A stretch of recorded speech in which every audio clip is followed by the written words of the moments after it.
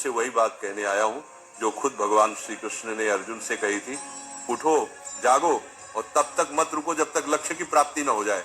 आज तुम्हारा रणभूमि में कोई युद्ध का मैदान नहीं, तुम्हारा रणभूमि है तुम्हारा किताबें और सपने, तुम्हारा गांडीव है तुम्हारा पेन, और तुम्हारा दुश्मन कोई और नहीं बल्कि तुम्हारी आलस्य, डर और टालमटोल है। क्यों पढ़ाई से भागते हो? जरा सोचो, जब भी किताब खोलते हो नींद क्यों आती है? क्यों मोबाइल उठाते ही दिमाग तेज हो जाता है लेकिन किताब खोलते ही भारी लगने लगता है? क्योंकि तुम्हारा मन आसान रास्ता चुनता है।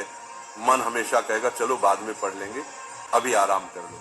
लेकिन गीता कहती है आत्मा ही मनुष्य का मित्र है और आत्मा ही मनुष्य का शत्रु है। मतलब क्या?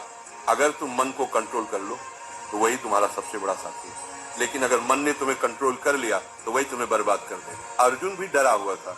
उसने कहा, हे माधव, मैं नहीं लड़ सकता, मेरा मन विचलित है। श्री कृष्ण ने कहा, हे पार्थ, उठो, तुम्हारा कर्तव्य युद्ध करना है और युद्ध से भागना अधर्म है। अब सोचो, अर्जुन को कुरुक्षेत्र का युद्ध जीतना था और तुम्हें अपनी पढ़ाई का युद्ध जीतना है। अर्जुन अगर मैदान से भागता तो इतिहास उसे कायर के रूप में याद करता। अगर तुम पढ़ाई से भागते हो तो आने वाली पीढ़ियां तुम्हें हारने वाले के रूप में जानेंगी।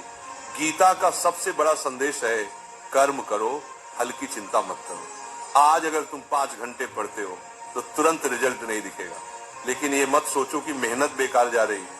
हर दिन का पसीना, हर दिन की पढ़ाई तुम्हारे अंदर ज्ञान और आत्मविश्वास का पहाड़ खड़ा कर रही है।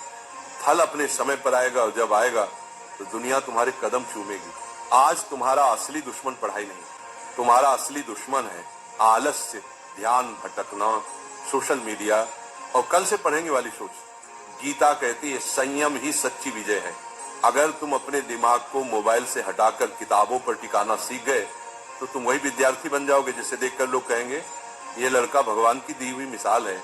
याद रखो, अर्जुन ने युद्ध इसलिए जीता क्योंकि श्री कृष्ण उसके साथ थे। तुम्हारे पास भी श्री कृष्ण है, तुम्हारे गुरु, तुम्हारी किताबें और तुम्हारा विश्वास।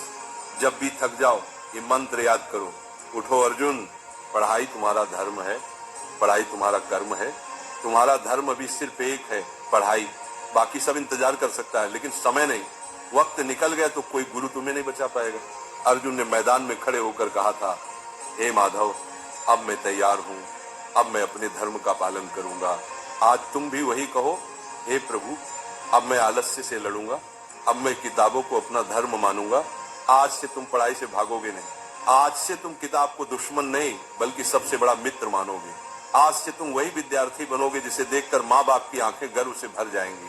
याद रखना, पढ़ाई ही तुम्हारा युद्ध है, मेहनत ही तुम्हारी गीता है और सफलता ही तुम्हारी विजयश्री है।